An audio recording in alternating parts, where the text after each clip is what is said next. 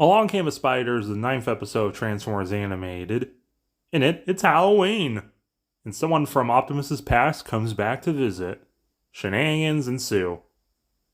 The episode's title is a play on Little Miss Muffet. It's one of the only episodes in the franchise that takes place on Halloween, which is crazy. Especially because this episode first aired February 16th, 2008. We begin with Sari picking out giant pumpkins with the bots and explaining what's going on. We got a kid in his karate outfit. We got that Russian kid that's just wearing his normal clothes. Pumpkinhead, strawberry shortcake character. And we actually do see the spider that Optimus gets weird about a minute later. So, the purpose of this Halloween is to disguise yourself in order to frighten strangers and extort sugar-infused nuggets. Say that like it's a bad thing. He's so obsessed with Halloween. Halloween is cool. The most important part about Halloween is picking just the right costume. It has to make a statement, and it must get people's attention. Damn right, best holiday. The purple and orange spider causes Optimus to have a flashback about admiring webs with someone on an alien planet in the past, and this is Alita 1, who's obviously played by Cree Summer. They're here along with Sentinel, making his first full body appearance, and they're looking for Energon on a crashed Decepticon ship on an organic planet, which is illegal. The ground gives away. And from the sound that's going on in the cave, they're going to get attacked by the Predator. Snap back to reality with Bulkhead jump scare. But what's scarier is Sari has no mouth and must scream. Optimus says it's just a bunch of dead memories. Later, at the warehouse, Bumblebee's cosplaying as that Dracula Transformer that I definitely want. And Bulkhead's cosplaying as his favorite episode of Always Sunny in Philadelphia. Now, I've never actually been around a building that was getting fumigated with the big tents, but I don't know if it actually is the tent emitting the fumes. And I especially am pretty sure it doesn't have the bugs just collect in the tent. You guys are going to have an infestation at the warehouse. Zara uses the key to give Optimus PTSD. You can even see a flash of the alien spiders over the toy. It was just a prank, bro. Back in the past, notice that neither guys are referred to as Prime yet, and Optimus is not called Orion Pax in the past. They're also looking for the Allspark. Australia! This leads into a fight showing off the guys' skills, including Sentinel's Captain America shield. But he gets taken down in one hit, and Alita has the ability to download objects, but not organic, which she shows by just picking up Sentinel's shield, which is detachable from him, stabbing the spider with a rock. Optimus and Alita are having instant regrets about this plays, but Sentinel's like, come on, man, it's not that bad, shit. Optimus transforms, but Alita's vehicle mode was never designed, so she just has to run away. Back in the now, Sari's cosplaying as Optimus. Ooh, look at me. I'm Optimus Prime. I'm scared of spiders. Okay, that's really cute, especially because you can tell the outfit's made out of like cardboard and stuff, so she literally made it. But isn't she like a rich kid? She could definitely afford to get like one of those actually transforming costumes. Transform and roll out. We see that Pumpkinhead from earlier, Mummy Mommy, the Wicked Witch of the West, Summer Camp Island character. In the wide shot, we see some blue uniform, might be a reference to something I'm not getting.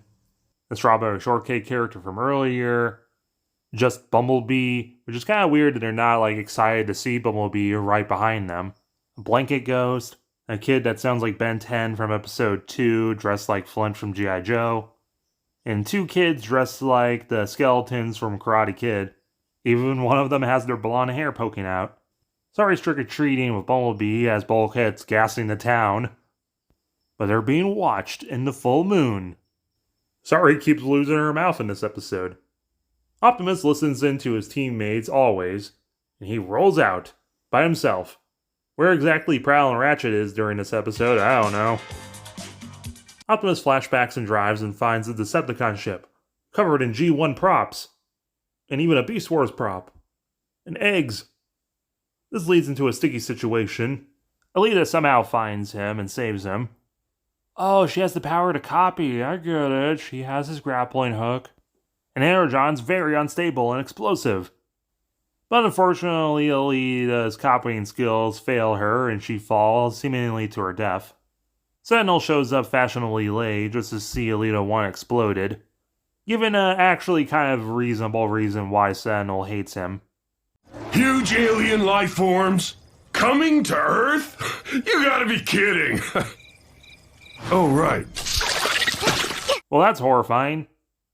Also, I know that Bulkhead took the fumigation tent, but like, damn, he's 3 stories tall. Black Arachnia is interested in Sorry for a reason that will be explained in Season 4, if we had one. The guys square up. They definitely cheat, and Black Arachnia just turns into a big swirl and then robot. And then, gosh, she's a pretty lady, loses jaw, looks actually like Ironhide now. But Sorry's not gay enough for that.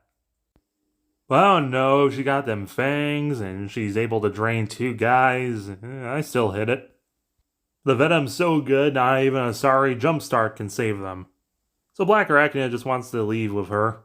And just hand over that Allspark thing, it's fine, you can trust me, girl to girl. But Black Arachnia's himbo senses are detecting Optimus is nearby, so she copies Bumblebee's stinger. And she knows all his tricks. Much as you'd love to give me a face full of foam. Hey, phrasing! Hey yo. She then grabs Sorry and swings away like Spider-Man. Optimus follows, and this leads into a little bit of a tussle where he finally realizes, wait a minute, she's Alita. So she explains that she's not able to copy organics, but she's able to copy the organic venom she was stabbed with, which caused her to body horror and become Black Arachnia. Beast Machine style and all techno-organic. And that helmet from earlier isn't just a reference, that is an actual separate helmet. So that's sad. She also somehow made it up with the Decepticons. I don't know how. But she grabs Sorry's key and tries to purge the organic from her, which causes the sky to turn brown and turns the green October trees into dead. In a move that I don't feel like really makes sense for what Black Arachnia's storyline was going to go, she yeets Sorry off the building. Nice detail, they detailed the bottom of her boots. Instead of using his boosters, Bee gets tossed up fastball special style into the air, and she transforms around Sorry and falls several hundred stories into the ground and even airbags. Sorry has to be a little more than human to survive that. But Black Arachnia can't survive without organics, so Optimus has to shut it down. Ba-dee-ya, ba-ba-ba-ba-ya, ba-dee-ya, ba-da-da-da-da-da-da. Ah, you vampire bitch! So Catwoman leaves Batman to cry about being organic in the moonlight. And they go all the way back to the pumpkin patch to give Sorry her key back, and kind of lampshade that she does overuse it. I love this episode. Animated Black Arachnia is a very unique villain for this franchise. She's got baggage with Optimus, a sad story, she's sexy, she's powerful, she's tragic. I love the Halloween setting and everything ever because it's the best holiday. And it always looks good in animation because it gives you a lot of freedom to do whatever. Like all these costumes, the beautiful colors. Just look at this dress, I love it. Overall, 10 out of 10. We'll talk about Sentinel's design when he makes it to Earth, but for Black Arachnia, she's a very nice design. I give Derek a little bit of a hard time because he keeps designing women to have this sexy physique, but it actually works for Black Arachnia because it makes her look like a sexy vampire. This is Black Arachnia's reintroduction to the franchise after Beast Wars. And I like that you can tell some similar elements exist between the two, like the logos on the necks, the similar heels, and the spider face crotch. The anime actually did a mostly unique design for her. That and her color scheme is peak. Her compared to Alita 1, I almost really like Alita's design. It's pretty similar to what will eventually happen to her. I like her kind of obvious ponytail. I love the unique colors and not just having her be not RC or red. But I think she looks a little too much like what she does as Black Arachnia. Because it's meant to be like a twist for Optimus, but she looks a little too similar. Gonna sound kind of bad, but I think they could have like covered her like green skin up a little more to contrast with her being a femme fatale later. Oh, that sounds weird, but I don't know. Let me know your opinions down below and hit that like button and subscribe.